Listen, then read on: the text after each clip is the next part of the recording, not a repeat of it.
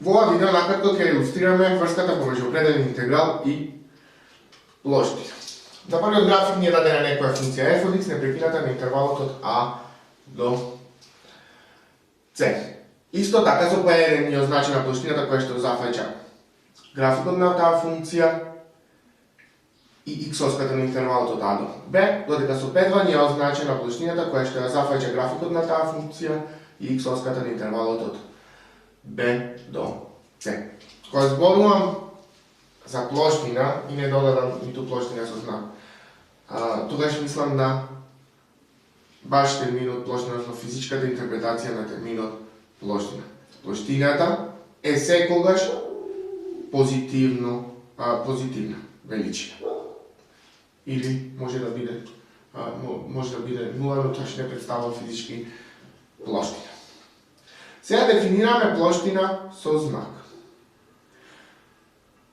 Плоштина со позитивен знак е плоштината која што ја зафаќа некоја крива f од x и x-коската онаму каде што таа крива е позитивна, односно на интервалот каде што таа крива е позитивна. Со други зборови, тоа е плоштината која што ја зафаќа дадена крива и x-оската но плоштината се наоѓа над x-оска. Значи, ова тука ни е плоштина со знак. Плюс. Додека плоштина со знак минус е плоштината која што ја зафаќа графикот на дадена функција f од x и x-оската. Се разгледа непрекината и така натаму, тоа го кажувате на предавање на одреден интервал, онаму каде што функцијата е негативна, односно плоштината која што ја зафаќаат графикот на f од x и x-оската, а се наоѓа под x-оската. Пример, ова е дел. Тука е плоштина со знак минус.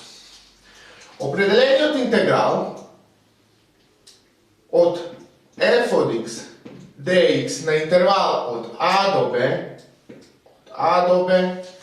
ќе ми ја даде плоштината со знак која што ја зафаќа функцијата f од x и x-оската на интервалот од a до b. Да забележиме, оваа плоштина се наоѓа над x-оската и таа е позитивна, односно имаме плоштина со позитивен знак. Па така, ова е еднакво на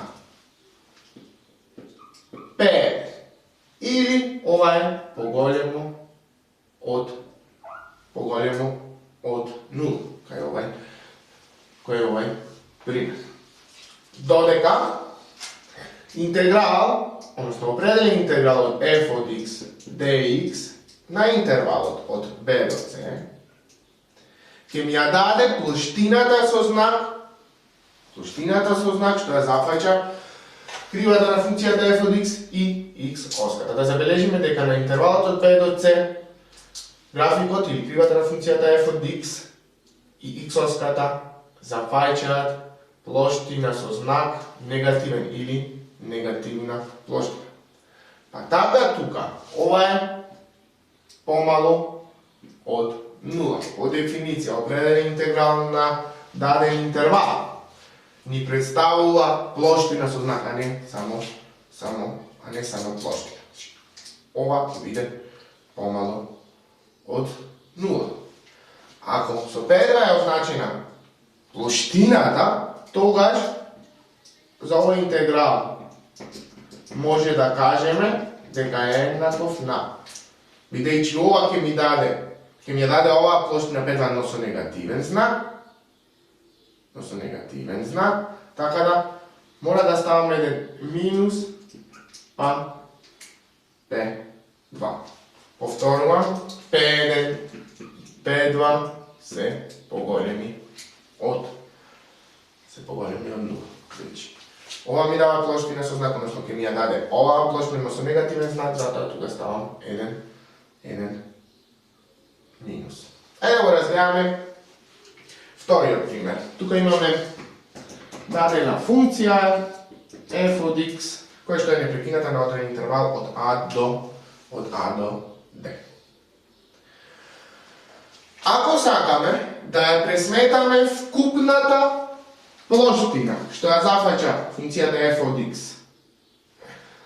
и x-овската на интервалот од a до d, тогаш таа плоштина може да ја пресметаме на следен начин. Ајде ќе означам со P. P ми е P1 плюс P2 плюс P3.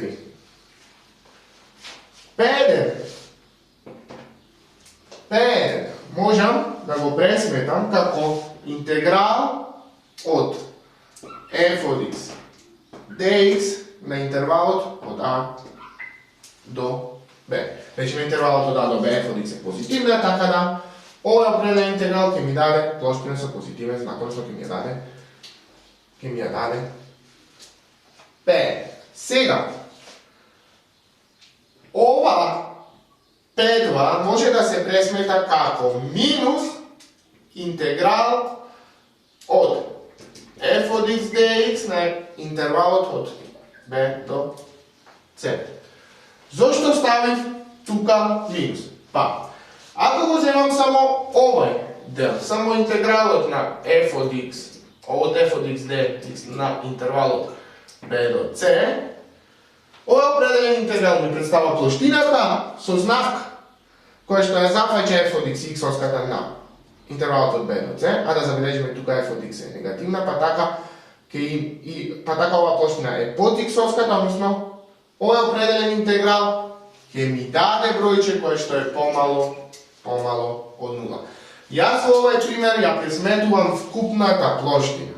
Па така, затоа тука ставам минус за да ми се скрати со минусот или со негативниот дел од овај определен интеграл.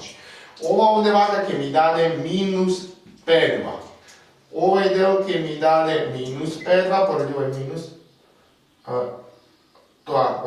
овој минус ќе се скратат. Минус по минус ќе даде плюс, бидејќи треба да ја пресметам вкупната плоштина која што ја зафаќа f од x и x-овската на интервалот од a до b.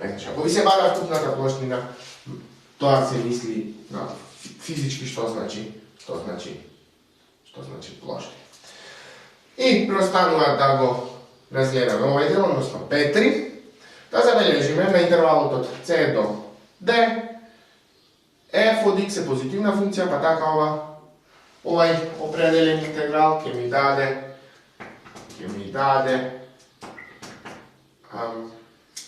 плоштина со позитивен знак, односно ќе ми даде P3. Ајде да видиме што би се случило доколку направивме нешто вако, односно доколку не го разделевме интервалот, туку директно интегрираме, односно што представува овој интеграл. Ако имаме интеграл од f од x dx на интервалот од a до и уште нешто не забравајте тука за подсетува P3 се поголеми 0, бидејќи станува збор за плоштина. Овој определен интеграл, ако го разгледам вака, без да го разгледам, како што го разгледав тука, ќе ми ја даде плоштината со знак на интервалот од a до d. Односно ќе ми ја даде оваа плоштина плюс оваа плоштина, бидејќи тие се плоштини со позитивен знак, минус оваа плоштина, значи на овај дел ќе добијам плоштина со негативен знак. Значи овој определен интеграл ќе ми даде P1 минус P2 плюс P3. Ќе ми ја даде плоштината со знак на интервалот од a до d. Ако треба да ја пресметате вкупната плоштина, треба да работите на овој начин. Ова е погрешно да го направите, бидејќи определен интеграл не ја дава вкупната или целосната плоштина, туку плоштината со знак. Овие работи, додека сме на почетокот, мора да сите да ви бидат јасни.